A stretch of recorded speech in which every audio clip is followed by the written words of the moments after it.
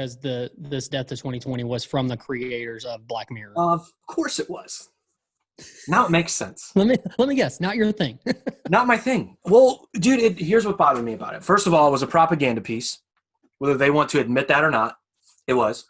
If you're going to have Samuel L. Jackson and Leslie Jones basically come onto this program and give their own opinions, why not just have them represent themselves instead of giving them fake character names and fake identities? That was kind of odd. I'll give them more credit than they deserve. The first half of it, I felt like everyone was kind of down the middle.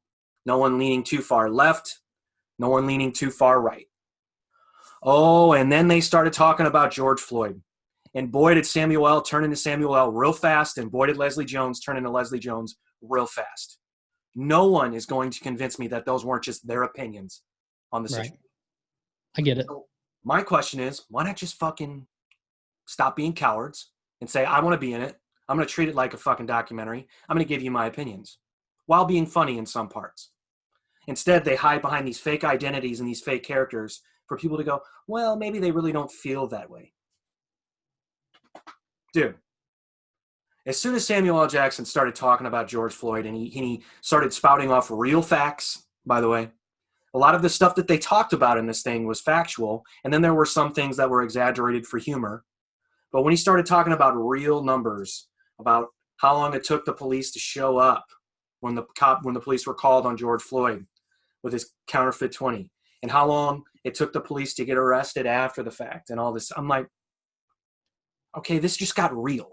So how are we going to spend 35 minutes being a parody type program, and now things are getting real? It just was very cowardly of me, or of them, and it just made me appreciate it less. But that's the other thing. So the old British guy was played by Hugh Grant.